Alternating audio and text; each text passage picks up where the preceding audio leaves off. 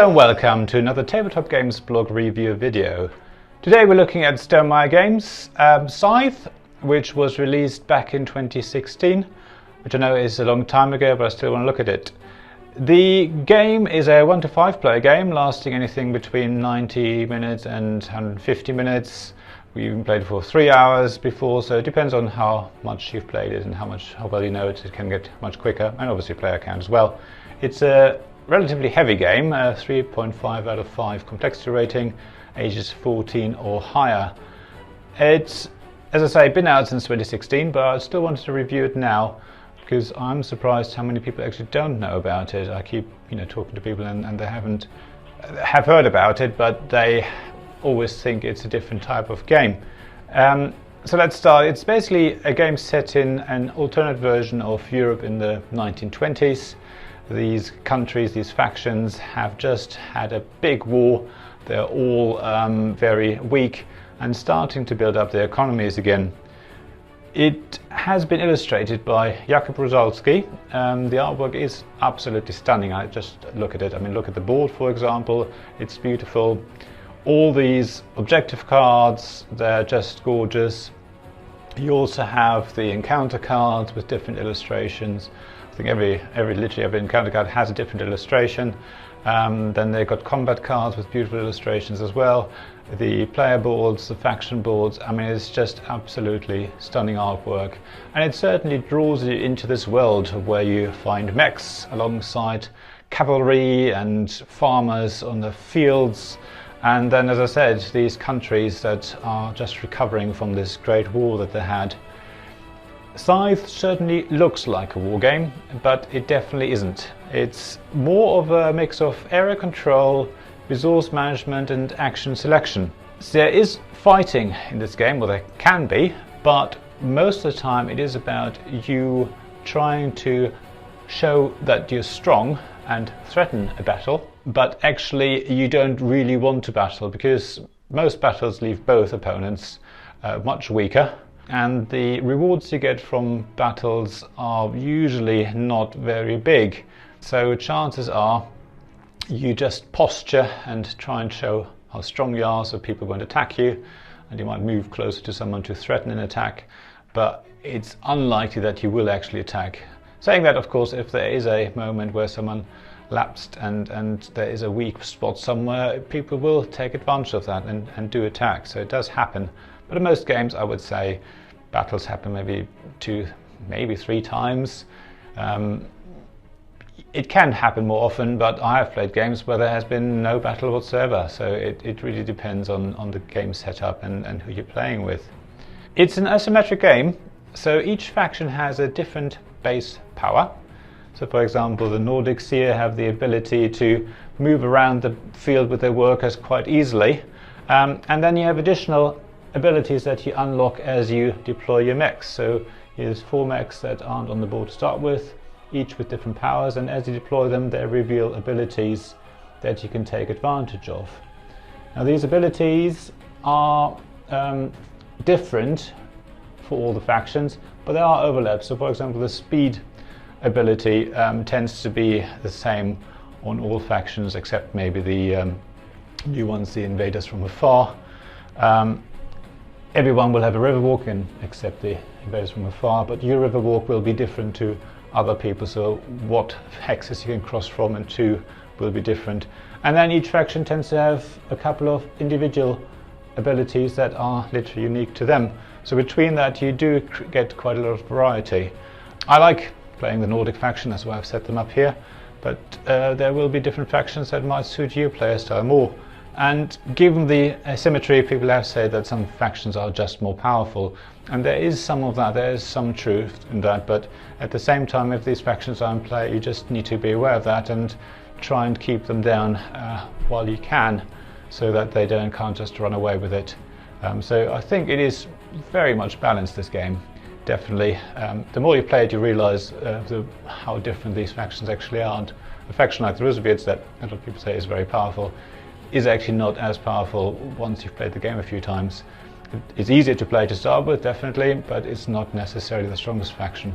To add to the variability of the game, the action selection boards, the player boards here, are all different as well. So as you play the game, you either decide which faction you want and then choose a random board, or you just deal them out randomly, but it does create combinations that make the game very interesting from game to game. These action selection boards are actually, again, very interesting in creating an interesting mechanism, because each action slot has two parts to it, a top and a bottom row action, so there's 4 action slots on each board. You can decide whether you want to do the top or the bottom action, or both, provided you can pay the resources. And ideally, to be very efficient, you obviously want to do top and bottom during your turn, so you can, get most out of it. However, at the beginning of the game, chances are you will only do the top action, because that's the one you usually can carry out without having to pay anything or only very little. Being able to do the bottom row action, though, is a lot harder. So you do have to get resources to carry those out, and getting those resources, you need to select certain actions to produce resources, and there is a certain synergy starting to happen. So he's trying to build your engine around this playable, these actions that you can do in the combination between the top and bottom row actions, and that sometimes creates a bit of a pull and push as well. So there may be a really good top row action you want to carry out and a really good bottom row action, but it's in a different action slot. So you have to then decide, do you just carry out the top row action this time round and not worry about the bottom row action for that go, and then in your next turn maybe not do the top row action, or take it, but you're more focused on the bottom row action. It's quite often the case that they don't necessarily line up, and you have to work quite hard to get this engine going. But at the same time, that makes you feel really good when you do get that synergy suddenly going between top and bottom row actions, and you can do both. And suddenly, 2 or 3 turns, you do top and bottom, and it creates, a really good feeling. It's really amazing when you can do those things. Moving on to the area control part of the game, you have to bear in mind that area control plays very little role really for most of the game. Yes, you want to control certain areas so you can produce resources, and maybe move into spaces where you can get some encounters. So these encounter tokens allow you to do an encounter, which might give you benefits, but most of the time you're actually going to keep your workers and your mechs and everything quite close together, because it allows you to move around more quickly and easily and produce more resources on your go. It's only really towards the end of the game that you start spreading out. But gauging when the end is really hard. There's no set number of turns. The game basically ends when someone places their last star. So there's 6 stars, and you can place them up here depending on what things you have completed. So looking at some other players, you might see they only have 1 star left, so you could think that the end of the game is probably due in the next round or 2. Yet that player who is ready to finish the game might not be able to, because they can work out that they're not actually in the lead point-wise. So being able to place the last star doesn't mean you're automatically winning. So that player might decide to draw out the game for a couple more rounds.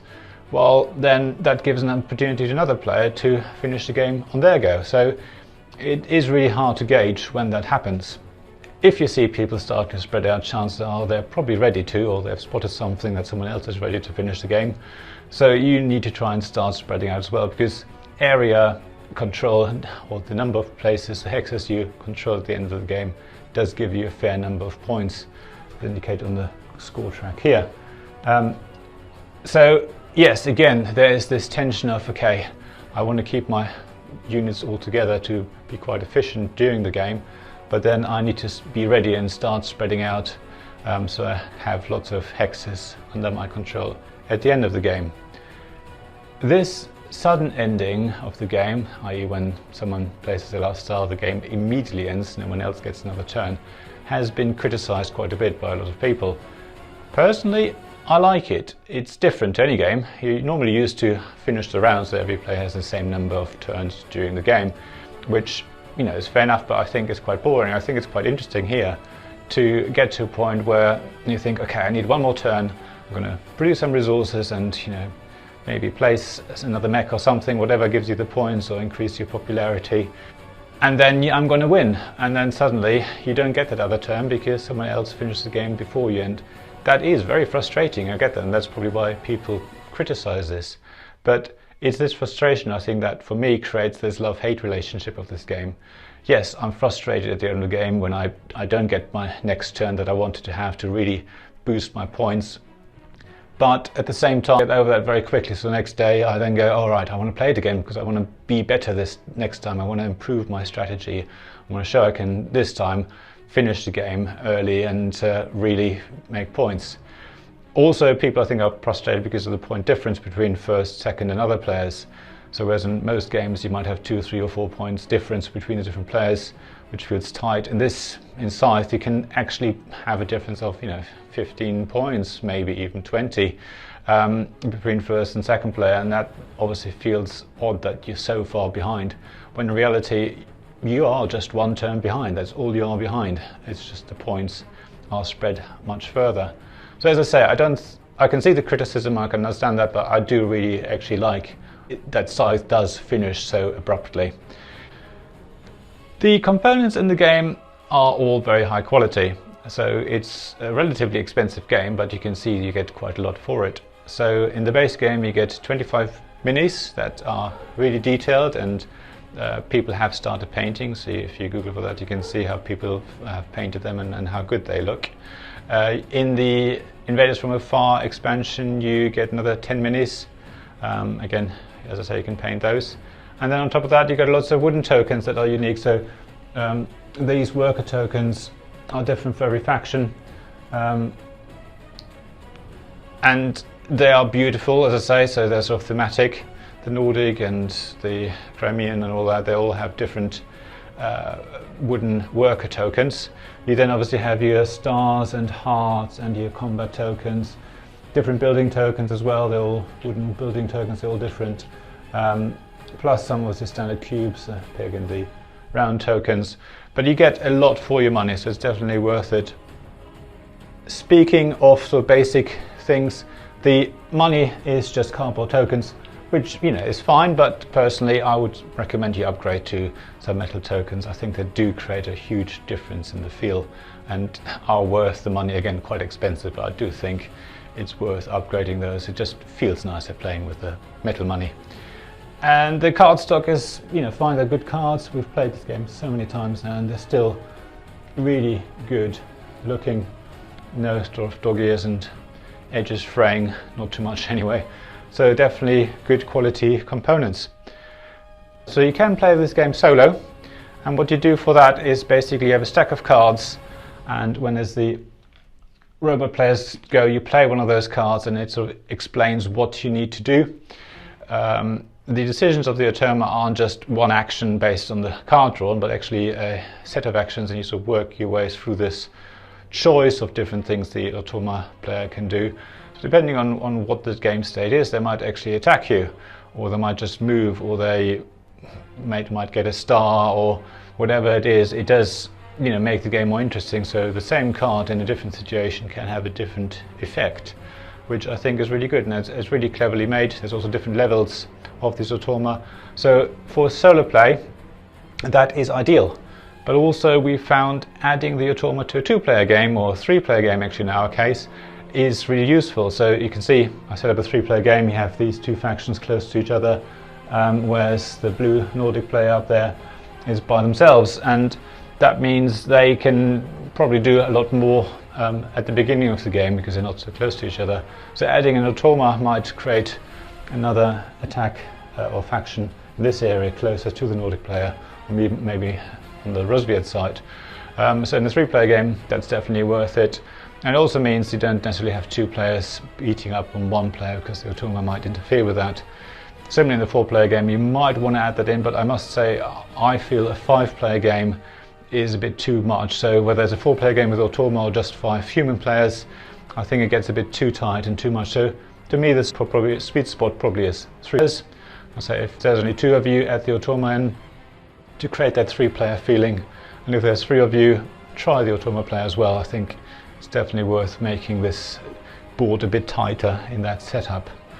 Other than that, I think that's it. As I say, I really love to hate this game, or hate to love this game. It's one of those that I just want to play again and again, and it's been a very long time since we last played it. So I'm hoping we're going to get it to the table again soon. And that's all. As I say, If you like this video, as always, please subscribe, like and comment below. Also check out my blog where I have a written version of this review, as well as other articles, and of course my Twitter feed, Patreon and Ko-fi page for support. Other than that, thank you very much for watching, and I hope to see you again soon.